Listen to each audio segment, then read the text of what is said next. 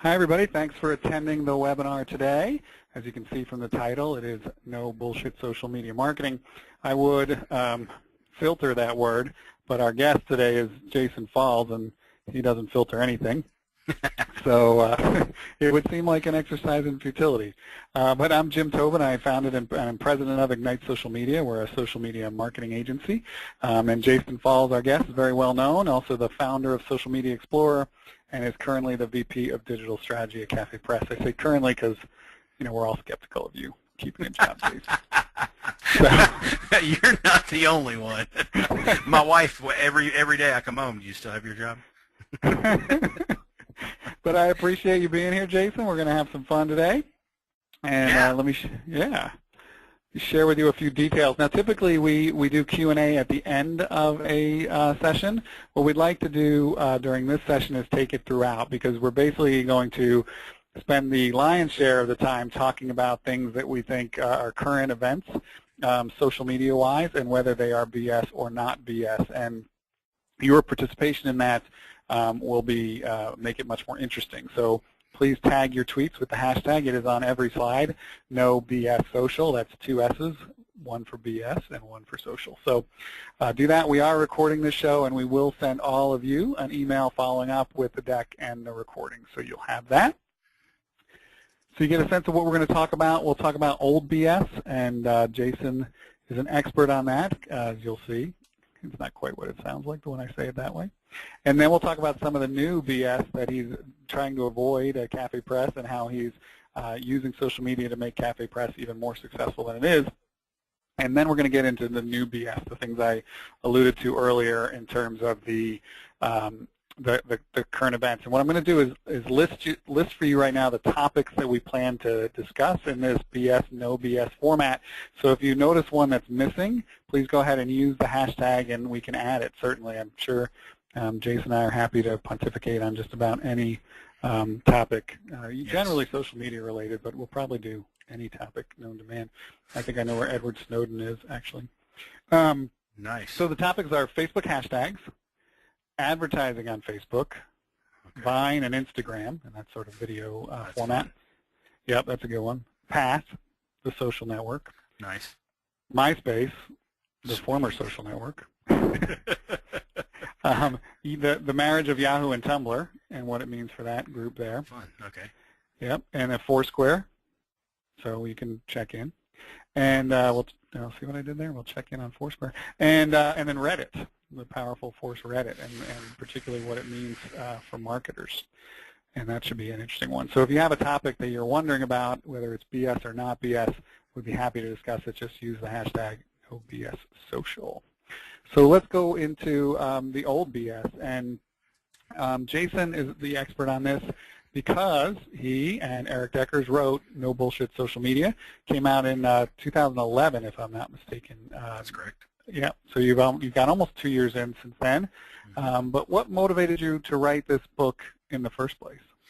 Well, I think the original motivation was that in my mind, there wasn't a real good social media strategy book out there, a book that would help businesses of any size. I think a lot of people who have read this book have said this is a really good sort of, how-to guide to do social media strategy for small businesses, but it actually applies to, small, medium, and even large. There's probably not as much meat in it for an enterprise marketer, but certainly small to medium-sized businesses. But we wanted to write something that was kind of a how-to guide for creating social media strategy. And while you might think strategy and then look at the title of the book and say, well, those are two, the flavors there are very different.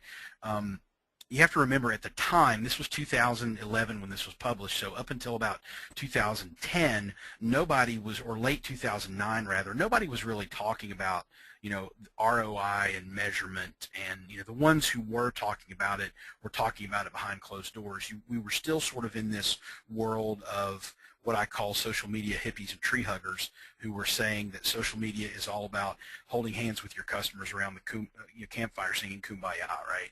And they were saying things like this: you've got to be human, you've got to engage, you must join the conversation, but they weren't saying you must measure and you must use it strategically and you must know what you're getting out of it so that you can plan and allocate resources, so on and so forth. So we wanted to write a book that was a how-to guide of, okay, in order to approach social media strategically and get more out of it as a business owner, you first of all need to understand what it can do, figure out what you want it to do for you, and then plan it strategically like you would anything else in marketing or communication, set goals and objectives, so on and so forth.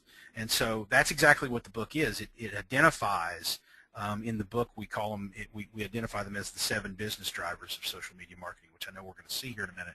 Yep, just flip to that. Oh, there you go. So there they are. So it identifies those 7 business drivers of social media, and for all intents and purposes, I don't think I would change the way, like 2 years later, I wouldn't change the way we approach it, because these are the 7 buckets of what we think social media can do. So we go through and talk about case studies in each of the 7, talk about how businesses can use social media for these 7 things, and to give the reader an idea of, okay, what's possible. And then we walk the reader through, okay, now what you need to do is figure out which of the 7 you want to focus on. You can focus on 1 or 2 or 4 or all 7. That's just a question of allocating resources, human and otherwise. But if you've got a big enough team to focus on 7 different sort of strategic initiatives in social media, go for it. More power to you. Most people need to focus on 1 or 2. And so we talk about how to decide and then how to measure and implement strategies in your organization to make social media do more for you. Yeah, particularly if you're learning from a book, you probably don't have the budget to do all 7, regardless of how good the book is. So, but I mean, I work with large brands primarily, and they struggle to do all 7. So, because it takes organizational change. It's one thing to do social media marketing and the cross-disciplinary changes you have to make internally to do that well. And then if you want to bring in research and development teams and you want to bring in customer service teams at an enterprise level, they're managed by different VPs, and it gets very, very challenging to do all 7 of them for any size company. It does, and what you see with many companies, and this is probably true more for medium to large businesses, but in the past what you've seen is whichever department, whichever VP or director decides that they're going to sort of pursue and innovate in social media within the company before everybody else, that's typically where the company will focus. So if it's the PR office, they will, you'll be using social media for public relations. Well, you measure public relations in ways other than bottom line revenue, right? You measure it in exposure and reach and, frequency of messaging, so on and so forth. And so that's why you'll see companies say, well, wait a minute, what's our ROI? Well, wait a minute, we're using it for PR, which is not necessarily, it's kind of a soft metric, category. Certainly you can tie public relations to sales figures. That's not impossible, but public relations does a lot more than just drive revenue. In fact, it's actually more appropriate to drive things other than revenue.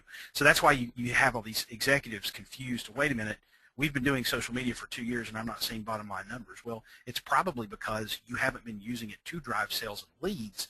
Therefore, it's not as easily associated with those revenue streams. And when I get that question, my favorite question, I've said this before, is give me your model for tracking PR and give me your model for tracking your advertising back to direct revenue, and I'll build the social media one. And no client's ever given me those models. So yeah, 'cause they don't have them. Yeah, they're possible, but they're a lot of work, and they gave up on them in some cases a decade ago. But they hold social to a higher standard, which is fine. I do think it needs to drive business results. So let's talk about driving business results at Cafe Press. Your CEO, Bob Marino, said social media is our playground, which seems like an ambitious statement, but then he went out and got you. So what's the high-level sort of charge you've been given? Well, you have to remember too. Cafe Press is an online retailer. We are, if you wanted to use an analogy, kind of the Amazon of custom goods, of personalization, right? So you can come to Cafe Press and upload your own picture or your own logo or create your own, text art and put it on a T-shirt, coffee mug, shower curtain, throw rug, pillow, etc. We have over 550 base goods that we will put your designs on. And so we are an online retailer. You come to our website and you either purchase or you create something and purchase it, or you design something and upload that design into our marketplace, and other people can purchase items with your design on it, and you can certainly get a commission from that. So we have, those sort of 3 basic use cases for our website. So we're an online retailer, and if you think about how search has evolved over the course of the last decade, we've seen social media become a bigger part of search, but more importantly, we've seen the consumer's migration from where they get their information. 7 years ago, it was primarily search engines when they went online to find information. Now it's search engines and their social graph, their social networks. They're going to groups, forums, message boards. They probably did go to forums and message boards a few years ago, but in more numbers now, they're going to the Facebooks and the Twitters and saying, hey, I'm getting ready to buy a car. What do you think? I'm getting ready to shop for this. Has anybody tried this? Have you seen this movie, et cetera, et cetera. And so they're getting those referral, those word-of-mouth recommendations from their social channels. And so social has become so much more important in the grand scheme of how consumers get information online. When you look at that compared with the fact that search usage hasn't gone down, but it's being impacted and influenced more and more by social.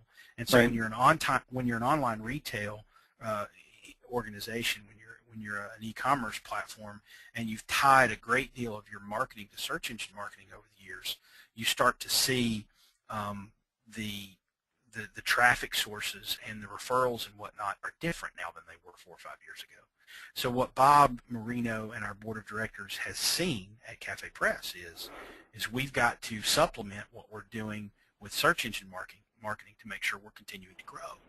And social is one area. It's not the only area, but it's one area where we see a tremendous opportunity, because up until now we've had social tools baked into the site, but the site cafepress.com and Cafe Press as a brand hasn't been what, and this is a little bit of an unfair judgment because I'm new here and I'm not trying to criticize my predecessors, but Cafe Press to date I don't think has been an inherently social company. We've had social tools, and you can share your content and all that good stuff, but we haven't been an inherently social company, and we're trying to change that. Yeah, I think about what you're saying in the context of Google Reader shutting down, and you see the Digerati freaking out, and do I do Feedly? Is Facebook going to build one? All that kind of stuff. But really, so much of news now is pre-filtered through social, and getting your news to be part of a conversation is going to drive as much interest, at least, as an RSS reader. So it takes us to this sort of next step for you, which is generating more brand conversations about Cafe Press. So this was interesting on the site, your Share and Win program. Can you tell me about that? Yeah, so we have a unique problem, and a lot of people don't know this. You probably, if you thought about it, you would say, okay, yeah, that does make sense to me. But Cafe Press has actually been around since 1999. We survived the first .com bust, and it started out as a lot of people think of Cafe Press as a t-shirt company. It did start out that way, as we're going to let you make your funny t-shirts. But quickly we added more and more base goods, and now we're up over 500 base goods that you can put your designs on. But since 1999, think about that. If hundreds and even thousands of people are uploading images to cafepress.com each week, and we've been around since 1999, I can do the math for you. What that means is we've got over 500 million images in our catalog of designs on products. And so with search, being, for the longest time, most online retailers were more of a long tail business. Let's just make sure that there's content on our website for every, possible combination of search terms. And Cafe Press was one of those companies that had a unique catalog of a lot of content, and we could meet that long tail, demand. The problem is now as search has become more and more social and counting social gestures as part of the search engine algorithm, we've got to figure out how to get more people to go through our catalog, our legacy images, and say, hey, I like this design. It doesn't matter. They don't ever know that it's 4 years old, but they're like, hey, that's a great design. I need to share that with my network. So what we're trying to do here is we're trying to motivate people to search through our catalog and share our content on a more frequent basis. Just on a surface level, even sharing just new content obviously is helpful to us. It drives more traffic to our site, so on and so forth. But this is a way to motivate people to say, hey, if you share Cafe Press content with your social networks, we're going to give you credit for that, and we're going to count that credit, and at the end of the month, the person who has the most credit, we're going to give you $1,000 cash. So it's an ongoing program. It's not a 1-month thing. We're going to do it, for, probably several months to try it out, test it, look at our metrics, see, what kind of activity we're getting. And we're gonna write a $1,000 check every month. And quite frankly, I hope that it's so successful that we end up writing a $1,000 check every week. I would love to be able to do that because, again, we're trying to get people to search through that catalog, find great content, and bring it to the top. This is the power of ones and twos to me. I mean, none of these shares is going to go viral, but if they average, you get 10,000 shares and they average 3 clicks a piece, it's 30,000 visitors. If they convert at a normal rate, you're paying $1,000 for 30,000 visitors. So do that all day. It's cheaper than a pay-per-click.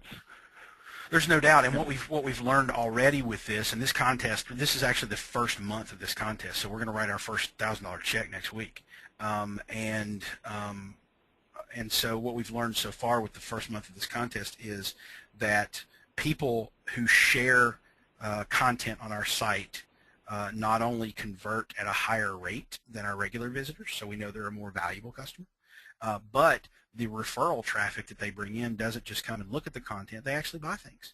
So we're actually bringing traffic and converting those visitors into customers as part of just the share and win contest. So now, granted, we're not driving hundreds upon thousands of new customers yet, but this is one piece of a greater puzzle of how do we drive more traffic, how do we get our content in front of more audiences. Yeah, and so many brands are doing viral videos and looking for that home run, and this is a good kind of thinking of steady and trend lines and those kind of things that I really like. So a couple more slides on 2 more slides on Cafe Press before we start our BS no BS debate. But so on the last one is sort of naked fee for evangelism kind of thing going on, and here you're really talking about creating value for your community with this new Press It app that you have. That I'm impressed by your Press It widget. Tell me about it. Thanks. Yeah, so the Press It button is something that it's a WordPress plugin, but it's also JavaScript code. If you don't use WordPress, you can come to you can just Google Cafe Press It button and you'll find it. And you can come grab a little JavaScript code for your site. And what it does is it takes images that you designate on your website, and we need to let everybody know that they should be images that you have the rights to publish.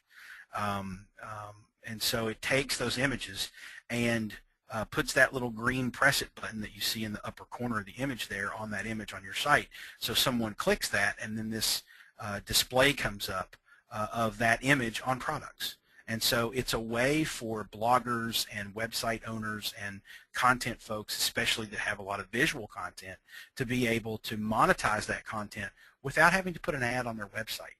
So it's non-intrusive. It's sort of an opt-in for the audience member. They click that green button and go, oh, I can get that image on a coffee mug? That's cool, right? Mm-hmm. Now, there's another feature to it that was an add-on that we created specifically for people like me who are, self-important, bombastic, obnoxious, jerkwads who think that everything they write is funny or important. You are very big on Twitter. I got to give you that. I am big on Twitter. So what you can also do with the Press It button, if you have it installed on your WordPress site or using the JavaScript code, is if a person is on your page and they highlight text, the same Press It button pops up. You click that, and the highlighted text appears on those products, right? So think of a block quote that you might see, a really tweetable moment in the middle of a blog post. If your user highlights that text and clicks the Press It button, they can get that quote on a T-shirt or a tote bag or whatever. And so it's just a way for us to say to our community, hey, if you want to monetize your content that you are licensed to monetize, that you own, here's a way to do it without dangling off an affiliate ad, without putting an advertisement on your site or a banner or anything like that. This is just inherently native to the content that you're already putting out there, the organic content, and yet it's a way for you to be able to drive revenue and create value for it. Makes sense. It works for everybody. So last one, what's coming next? We found this article in the local business journal for you guys, and your boss saying they're going to have something new planned, create and list, according to the article. Yeah, it's right now there's two real ways that you can have art or content and use Cafe Press. One of them is sort of the create and buy, and the other one is the create and list or design and list, depending upon how you want to look at the semantics of it. And so create and buy is like the mom who wants to put a picture of her kids on a coffee mug. So nobody else is going to buy that coffee mug, and the mom probably doesn't want other people to buy that. So she creates it and she buys it, and that's it. One-time purchase, personalized item, no big deal. Create and list, or design and list, depending upon how you want to use the terminology. We use design and list a lot internally here. It's where you are a designer. You take pictures, or you develop graphic arts, or you do logos, or cartoons, or whatever, and you're going to upload an image that you want to put in the CafePress marketplace and have us market that image to other people so that they will buy your product, and then you get commission off of all that. And so the new sort of iteration of design and list is there's two things going on here. One of them is primarily social, and the other one is primarily sort of a function feature set. The function feature set is making designing and listing images in the CafePress marketplace easier. Right now, it's a little antiquated. It's a little clunky. We haven't had major updates to that functionality in a couple of years. This is a major update to that functionality that's going to let designers design and not have to play with our website for hours to get their stuff in our marketplace. So it's making that faster. And that feature set is coming out, I can probably tell you, in the next couple of weeks. So we're close, right? A part of that, though, is this whole new plan in social media is what I originally sort of talked about. CafePress has had social features and buttons and whatnot on its site before, but it hasn't been inherently a social site. That's going to change. CafePress is going to become much more social so that designers can get instant feedback when people like their designs, when people share their designs, purchase their designs, and buyers who come in can say, ooh, I like that designer, I'm going to follow them, so that you'll get notifications when they upload new stuff, right? So we're trying to make the CafePress experience both for buyers and for designers a much more social experience. And so lots of cool stuff coming in the weeks ahead. Absolutely, that sounds great. So at this point, let's turn to the debate portion of our Sweet thing. You get to be the Republicans, right? No, I'm just kidding. So we'll talk about some things, and we've got some questions coming in on Twitter. So make sure you send yours along too. The hashtag #NoBSSocial. So the first one, I'm going to let you start with this one, is Facebook. Hashtags. It took them a couple of years of active coding, I guess, to deliver this very difficult challenge. The hashtags on Facebook, BS or no BS? Complete bullshit. I'm sorry. A hashtag is nothing more than a tricky way to filter search. And I don't know if you've used search on Facebook at any given time, but it sucks. And you can't search for anything anyway. So until they change their native search engine, it's not going to be useful. It's also, hashtags have also been overrun by marketers and spammers as ways to inject themselves into conversations to which they do not belong. And so I think this is it's a mistake for Facebook to implement them in the first place. I do think that they can ultimately be useful for all the same reasons hashtags are useful on Twitter, but in general, I just don't like hashtags, period. They're useful, but I think too many people take far too much advantage of them and abuse them. And if you have more than 2 hashtags in one given post, I think you're a tool. I agree with that last point, but I'm going to disagree on the larger question of useful or not useful. I see page views on Facebook beginning to level out, and I see the Super Bowl completely owned by Twitter, because I was checking both during the Super Bowl, and there was nothing happening. And Facebook's gotten a little boring in terms of frequency of updates and frequency of interesting content, and that kind of thing. And they've really given out the Grammys, the Kids' Choice Awards, the Super Bowl, any sort of event is now a Twitter event. And I think hashtags have the potential to bring them back into that discussion because Facebook's tightened their algorithms so tightly now that there's almost no new interesting content being showed anymore. So I'm hopeful that once we have an event that is a hashtag event, that we'll start to see some interesting hashtags, which are, right now it's all filled with ironic, hashtag. Yeah, and I don't necessarily disagree with you. I just think I will disagree with you strongly until Facebook improves the ability to find the damn conversations. Yes. And this is also the first time that Facebook has worked on their product in a while, other than this kind of stuff, their ads, which they spent the last 2 years annoying everyone with. So ads on Facebook, there are a lot of them. BS, not BS? I got to say they're not BS. Now, I say that from a brand side marketer perspective. I know there are a lot of people out there, especially in the social media puritanical mindset crowd, which as much as you and I both know, Ignite Social Media is not necessarily in the puritanical set. Most of our audiences in the social media world are, just by the nature of what we talk about.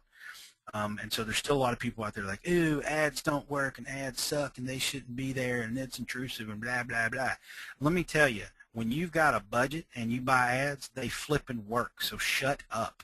And I'm sorry, but if yeah, you can tweet and you can Facebook and you can blog and you don't have to spend a whole lot of fiscal resources on that. It's more of a human resource thing.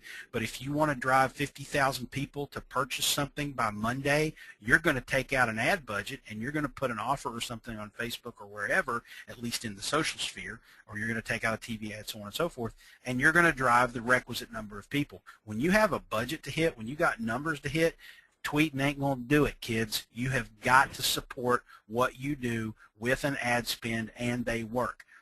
For every one person that bitches about ads on Facebook, there's at least 1 or 2 other people who see an ad and go, hey, that's relevant, I'm going to click on it. If they didn't work, they wouldn't be there. Brands wouldn't buy them. So quit bitching about it and understand, embrace it, and maybe spend a little time, clicking on the little drop down arrow next to the ads and the sponsored posts and saying, okay, this doesn't interest me, this does, because what Facebook's trying to do with you as a user is learn what you like and dislike, even in the advertising category, so that your experience is more relevant. If everybody did that instead of whining about the damn ads, they'd probably find them a lot more useful. Now, I will argue that a bit. I agree with you that they work. I think ads are good for reach, but the research I've done with my clients show that organic engagement performs about 3 times better in driving business activity, in terms of driving visits to the website, in terms of driving likelihood to search, in terms of getting people to stay on your website if they've seen an organic update. Having said that, to your point, you can't necessarily manufacture 1 million impressions in a weekend organically. So I think, and the same research showed that ads worked also, just not as well. So my frustration is 2 things. One, Facebook changing the platform every 2 weeks with ads. 2, showing so many nonsensical ads. They promised us that they would, in fact, learn about us and show us relevant ads, and they've basically given up on that. Now they're saying, oh, shit, let's just do retargeting like everybody else. You're not wrong, but I would say this, and this is something that I know a little bit about. With regard, and this only works for a handful of people right now, but hopefully it'll open up at some point.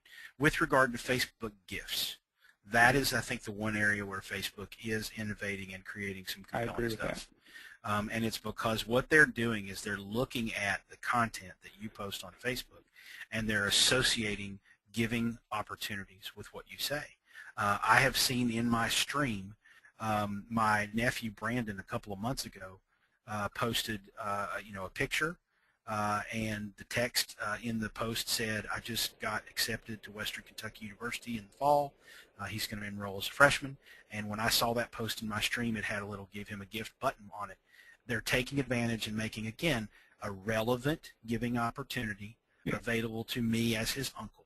Now, I'm a cheap bastard and didn't buy my nephew a gift, but other people who see that kind of opportunity in their stream and think, ooh, I should get him something. Well, Facebook's making it uber easy to do that right there on Facebook in the moment, and most of the gifts in the Facebook catalog, well, not most of them, but a lot of them are very cheap because Facebook knows strategically that when you're buying a gift for someone you're connected to on Facebook, it's not normally your nephew, it's normally just some random person that you know a little bit. And so I think they're really doing some cool stuff with gifts, and fortunately Cafe Press is in the gifts catalog with some of our items, so it's been fun being a part of that. And I totally agree with that. I did buy my brother a gift just as an experiment, and because I hadn't bought him a gift in about a decade and a half. And the user experience was very good on both ends, so that is an area that I think is good. I ask this for me, not for you. Can you call bail a gift? Is that a gift? I don't know if bail money is that, I think if they open up the catalog just a little broader, then there's an opportunity there. And those ads would be better than some of the crap I see marketers putting on Facebook right now. That's true. So we had Vine, and now we have Instagram with their lo-fi sort of social video. BS, non-BS? Big, fat, heaping pile of stinky BS. This is, I think the micro video, or whatever the hell you want to call it, is an insane waste of people's time. It's amusing for individuals, and yes, it's possible that you as a brand can come up with some cool way of using Vine or InstaVid or whatever the hell they're calling that. You know, Vine is a really interesting platform for like stop motion stuff.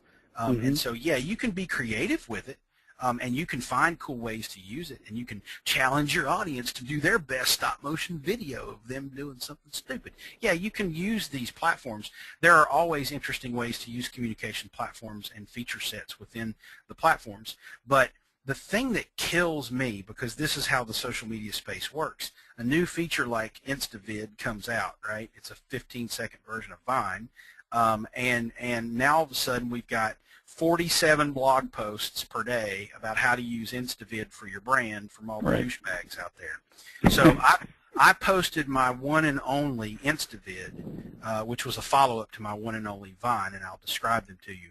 My one and only InstaVid was, hi, I'm Jason Falls, and if you need a social media consultant to tell you how to use 15 seconds of video to communicate with your audience, don't use it.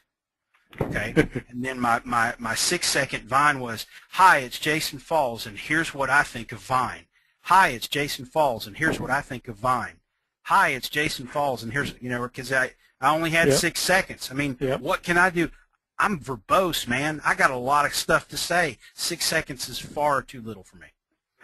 I find this to be an interesting platform. I think we could kill this faster than we kill most things. We're busy as marketers killing Facebook, but that's going to take a lot longer. We could kill Vine and InstaVid, as you call it, much more quickly. There's only so much freaking stop motion you can watch. But having said that, I don't watch as much YouTube because I know that I'm going to get some 30-second crappy pre-roll, and my 30-second timing and time investment was going to be, doubled by that. And on a 6-second, at least now, or 15-second Instagram, there's no pre-roll. But having said that, almost all of the Vines and Instagram videos I've seen have been incredibly boring, which is the problem you allude to. Well, and as soon as we, I promise you that tomorrow, maybe not because we bitched about these video platforms today, but tomorrow some brand is going to come out with some 15-second video that's going to make everybody go, wow, that's a cool way to do it. I'm not saying it's not possible. It is possible. There have been some interesting things done on Vine. I actually threw out the idea here internally that we should have the designers that use Cafe Press do 6-second stop motion videos of them designing something and upload it to show their creative process. And we may use that at some point. And you're welcome to take that idea if you want to use it for your site. I don't care. Thank you. But it's there are some compelling things you can do with it. I just think for the most part, it's like, give me a freaking break. 6 seconds? Come on. Yeah, I saw Lowe's actually showing how to hang some shelving with these 6-second vines, and there were some pretty cool tips. So, yeah, I think people think about the tool first versus what do we have to offer as a brand, and then what are the different ways to convey that. And sometimes it may be, one of these types of videos. Absolutely. What's next? So, Path. I love Path. Yep. Do you? I love me some Path. I really do love Path. Here's why I love Path. So you have to understand, I look at these platforms. I used Path about a year before other people started using it just because I wanted to check it out, and I got an invite, so I went and kicked the tires. And I thought, oh, this is kind of cool. It's like a private Facebook, right? It's mobile only, but it's kind of a place where at the time they limited you to 50 friends. Now I think it's 150. Right. I hope they never go up from that because that would destroy the usefulness of it. The usefulness of it is it allows you to connect with only the real close circle of people you really want to or need to connect with.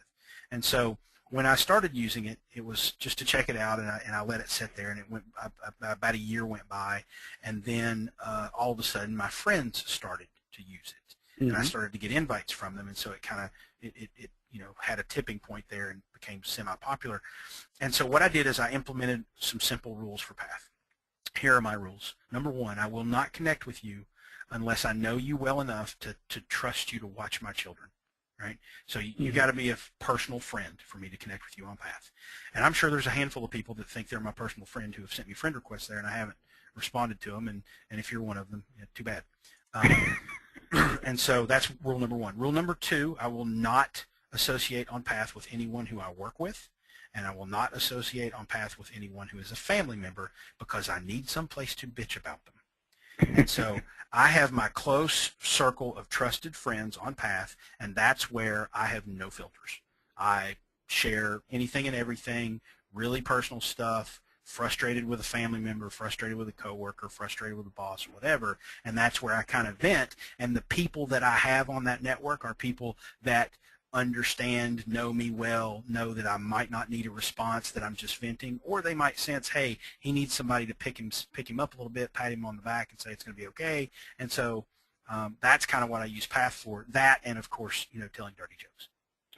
So do you feel like others? So I feel like I've watched Path for the last 2 years, I guess. I watched Pinterest, and Pinterest took about 18 months before suddenly everyone wanted to use Pinterest. And this thing has been kicking around for about 2 years, and I saw a spike 6 months ago where people started to use it, and that spike seems to have gone back down. And Valleywag just reported last week that they're, spamming, according to Valleywag, people to try and sell themselves. Do you think Path has a path forward, as the slide says? I would say yes and no. I think from a usage standpoint, it does have a path forward as long as it doesn't change too much. If it tries to turn itself into an ad model, add a bunch of goofy monetization features, it's going to lose its fascination with people because I can do the same thing in a Facebook group or something. I don't need a path, right? The functionality, it's all mobile, et cetera, is unique. The user experience design is unique. As long as they don't screw that up, it'll be fine from a user standpoint. However, from a business standpoint, they do not have a way to make a lot of money. And in the tech startup world, that's the RIP on your tombstone right there. What they're going to have to do is hope that the talent that they have in the doors is worth someone buying them. And then we as users have to hope that whoever buys them doesn't destroy them, because I don't think Path will be around 3 or 4 years from now. Right. I agree with that, because if you're going to buy them, it's to monetize them, and if you monetize them, you destroy them. Yep. So that's it's a great freaking platform, though. I love it. I really do. I wish Speaking someone really wealthy would come along and buy it and leave it alone. Leave it alone. Speaking of fantastic platforms, I cannot get enough MySpace. I saw this great commercial with hipsters dancing, and now I spend 12 to 14 hours a day on MySpace. Actually, not. $20 million ad campaign. I can't think of a social network that's grown because of an ad campaign. What's JT thinking? He's a traditional media guy, right? He works in the entertainment industry, and the way the entertainment industry works is they advertise the crap and inundate the market with their content, so that you get that snappy beat in your head and you got to go download that MP3 or got to go watch that movie or whatever. That's the world he's used to, and that's the people around him who are advising him. That's the world they're used to. And quite frankly, to a degree, they will be able to create and have been able to create sort of a renewed energy on the site. I've only logged in a couple of times. It's not my cup of tea. I'm not a big music, film, comedy buff, at least not to the extent that I would want to sit there and do that all day. I think that's kind of what YouTube's for. And so they've got some challenges. They're not really differentiating themselves from the YouTubes of the world. They're not offering something special and unique and different from a combination of like Facebook and YouTube together. So they've got some challenges, but there's going to be a portion of the world that digs Justin Timberlake, just like there's a portion of the world that digs, that digs MySpace, just like there's a portion that digs JT, just like there's a portion that digs Yanni, just like there's a portion that digs, David Copperfield, just like there's a portion that digs, Dave Attell. So there's going to be an audience for it. I don't know how big it is. I don't know if they're going to be able to be as big as they once were, because they've put themselves in this hole of, okay, we're going to be hip and groovy and cool and entertainment driven, But again, I look at them and say, okay, that's just a more social version of YouTube, but everybody kind of likes YouTube. Why are you trying to do that? Exactly, and I've never been that music guy who was collecting albums or CDs and cataloging them and going to, 100 concerts. So I'm not really the target audience. But that space has changed so dramatically in the last year with Spotify and Pandora and Apple now getting into the game, and Google Radio and radio without the A and all that other stuff. This seems like a lot of work to discover music when Songza will help me discover music, when Spotify will help me discover music, when Pandora will help me discover music. So it seems like way too much work for very little return in my personal feeling. Yep. And I mean, I've logged in 2 or 3 times and have never been compelled to go back. I have to remind myself to go back, so that says a lot. Yeah. Not that I'm their target audience, but whatever. Yeah, I'm pretty trendy. A lot of people call me a hipster. No, I don't think I would be one of them. So let's talk about Tumblr. Yahoo, as trendy as I am, bought Tumblr and say they'll leave it alone. Do you think they're going to leave it alone? They paid a lot of money for it. Well, I mean, they haven't left it alone, and I mean, I'm assuming that the new ad stuff on Tumblr is partially motivated by Yahoo. So they haven't. They've already not done that. If that was a plan before Yahoo bought them, I would say that it was a strategic plan to make sure that they were attractive to be purchased, right? Right. I do believe, though, that Yahoo's not inherently going to change it. I don't think they're inherently going to say, hey, this is a huge blogging platform. It's probably one of the only viable real competitors to the WordPresses of the world. We can't screw this up. We need this user base, and we'll find ways to communicate to them that will be meaningful. So I don't think they're inherently going to make Tumblr something different. And I think there's a ton of value in Tumblr for brands and businesses for a lot of different reasons. First of all, links from Tumblr blogs can be measured, right? And they can be tracked from an SEO standpoint. And yes, Yahoo has a search algorithm, and so so does Google. And by the way, Google and Yahoo both recognize Tumblr inbound links, and there's some credit given to those. And the bigger the Tumblr site is, one would assume, I don't know this factually, but one would assume the more credit is given to that inbound link. So Tumblr is an interesting SEO play as well as a social play for any company, even if I'm not saying you need to move your corporate blog to Tumblr, but I'm saying if you've got some sort of side project that you can, that can be very image and or video motivated, that Tumblr makes it really easy for you to throw up something on the fly for an event or something like that. If you're baking in inbound links back to your website and some strategic landing pages, all of a sudden you're giving yourself a little bit of juice from a Tumblr platform, which is actually a pretty smart thing. Now, scaling that and so on and so forth from like an enterprise level, very possible, probably very profitable in the long run, a little complicated. But at the same time, I like Tumblr. I like it a lot. I don't personally use it for my blogging stuff, but I've experimented enough with it and I've seen it implemented enough for clients and brands over the years that I really think it's a cool platform. And I do think Yahoo has an obligation to its investors to make Tumblr a profit center, but I don't think they're stupid enough to screw it up completely.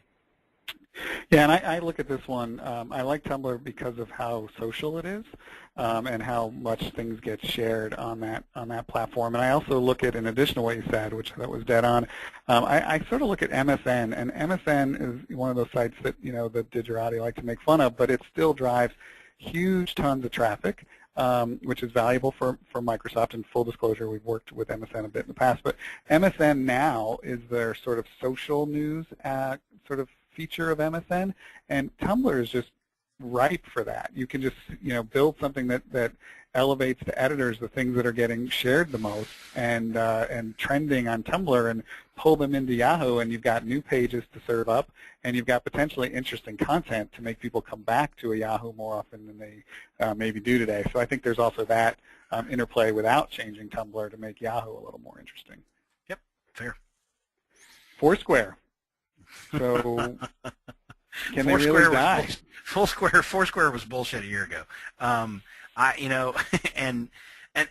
don't get me wrong, there's always going to be an audience for these types of things, but I used location-based stuff, Foursquare and Gowalla before it went away, and a couple of others, for about a year and a half, and checked in frequently and so on and so forth. And in that year and a half, as an individual user and a fairly active user, not, I didn't check into 17 things a day, but I was fairly active in what I checked into. In a year and a half, I earned one item, and it was a free sangria at a bar. And so if my return on my activity investment for that much use over that amount of time in the heyday of the explosion of location-based marketing is all I got back, I quit. Right? Yeah. There was just nothing in it for me. I wasn't getting necessarily the only fascination for location-based marketing for me was being able to open up an app if I were in a public place and seeing if any of my friends were nearby. Right, South by Southwest. It was exactly. perfect for. but the chances of the mainstream regular user needing that functionality on a regular basis is pretty slim. So yeah, I feel like location is still important though, but there's two reasons you check in. One, to tell people you're there, and Facebook sort of got that covered now, or to get some sort of benefit. And apps like Shopkick are kicking Foursquare's butt, and you don't really have to check in on Shopkick. You just keep the app on, and it checks you in. So that's more interesting. I think location-based stuff is important, but I think Foursquare's in trouble. Yeah, I would agree. Reddit, we do have a lot of questions coming in, but I want to get to our last one, which is Reddit, gold mine or death trap. I love that image. You got a unicorn spitting fire and a cat with a gun. A cat with a gold pistol. That's awesome. Reddit is one of those things that I can't say that it's not bullshit, and I can't say that it's bullshit. I think Reddit is an it depends answer. It depends on who you are. It depends on your brand. And it depends on how the community on Reddit will interact with your brand and how you'll interact with them. Like most social news bookmarking communities, they have their own personality. Reddit is its own experience. It's hard to put a label on that community other than they're snarky bastards. I think that's fair, and I think most of them would agree with that.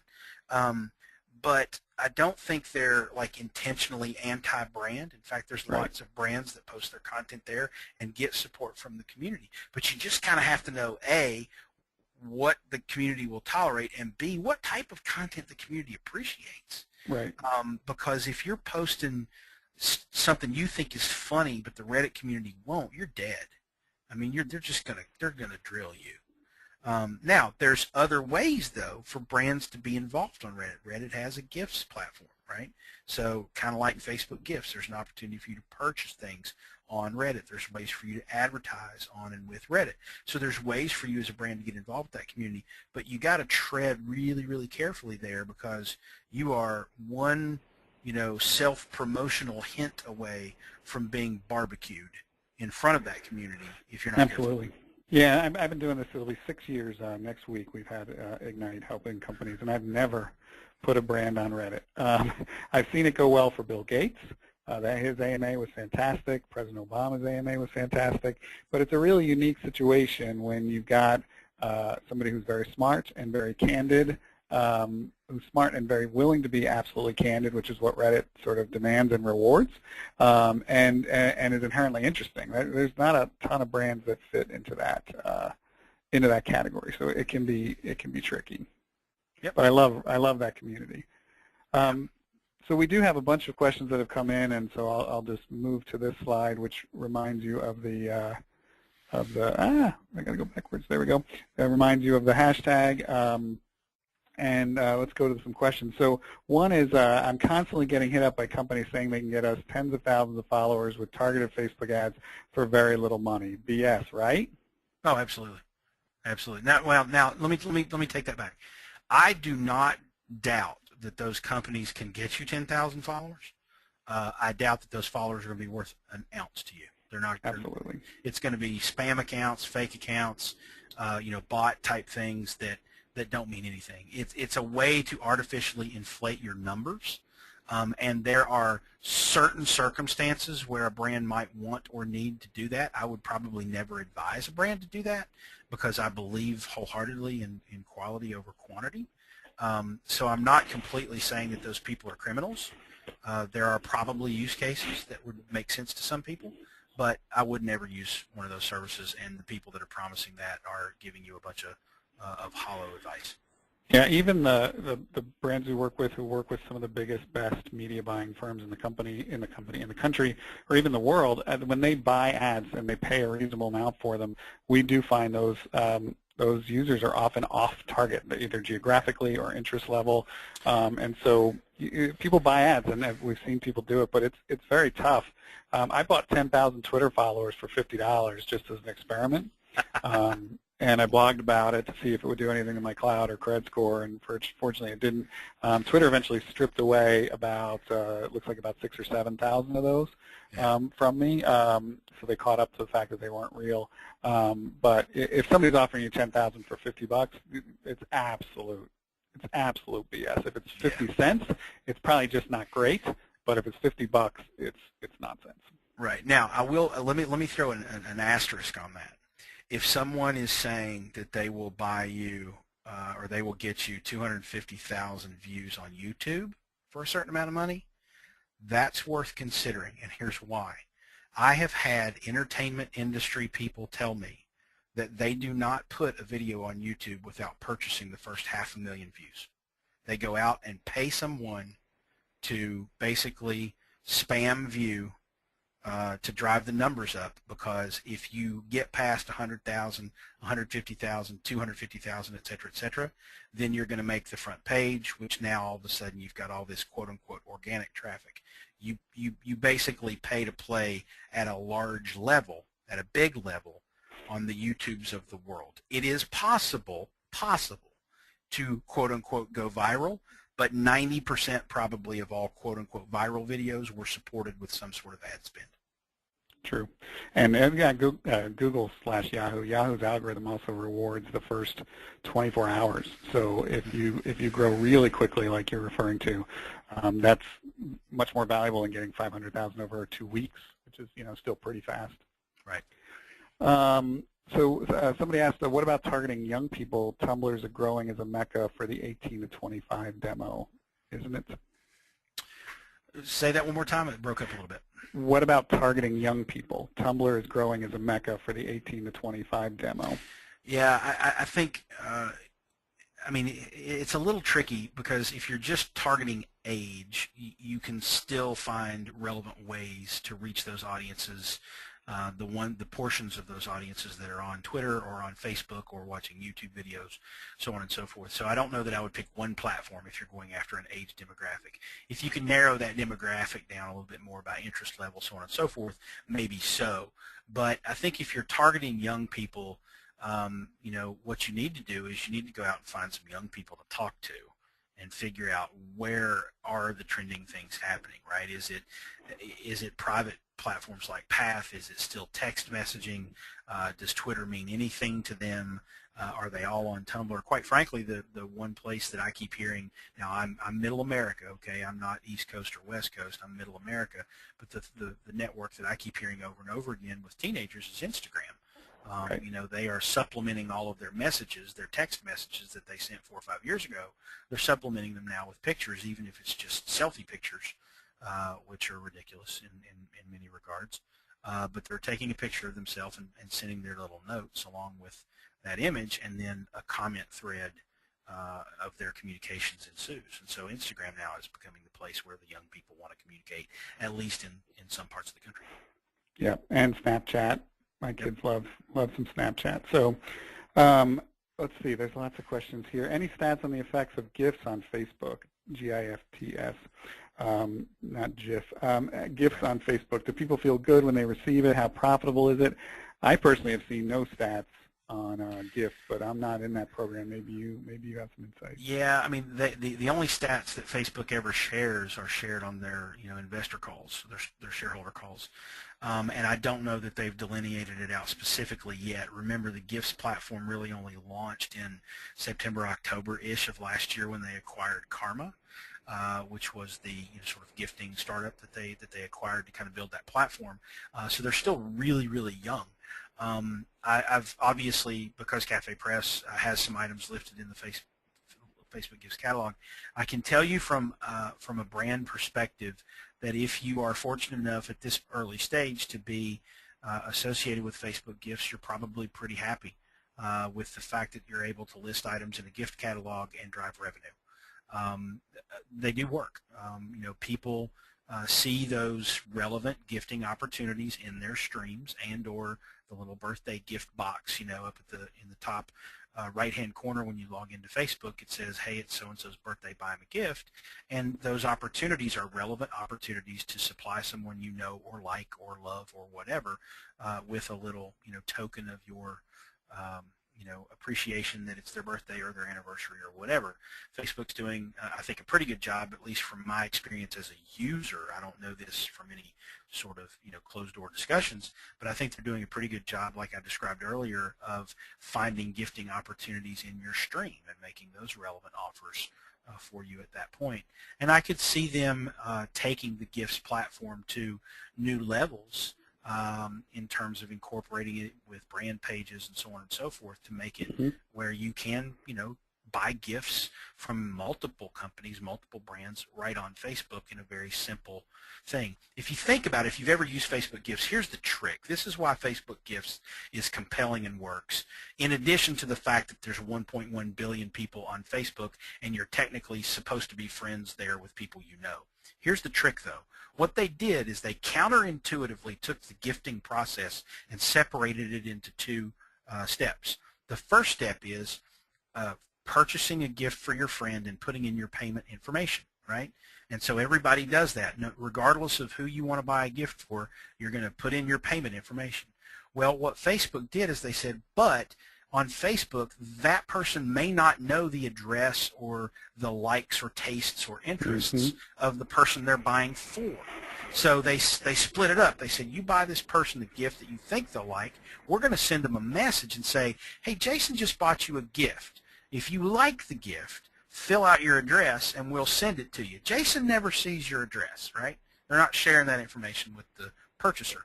If you don't like the gift, you can go to our catalog and find an equal or lesser value gift, and we'll send that to you.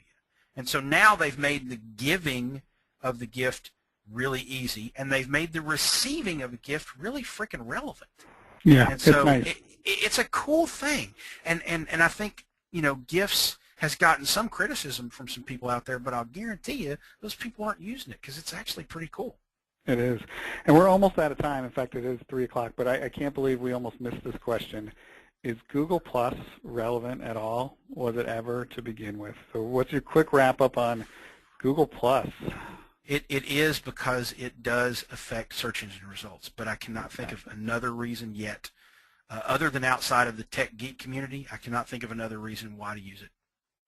Yeah, it's very interesting to me, and I think it's interesting for businesses that have multiple locations because I think it changes up very much how you think about your platform. A lot of brands have a single Facebook page, but in terms of Google Plus and in terms of sharing content and in terms of the rankings and what's going to be shared in a location-based search, which is a big chunk, Google Plus could change how we think about brand marketing for people with, say, 2,000 stores or something like that. So it's interesting, and Google is clearly in it for the long run. The 41 changes or whatever they made about a month ago, I thought were actually mostly really smart.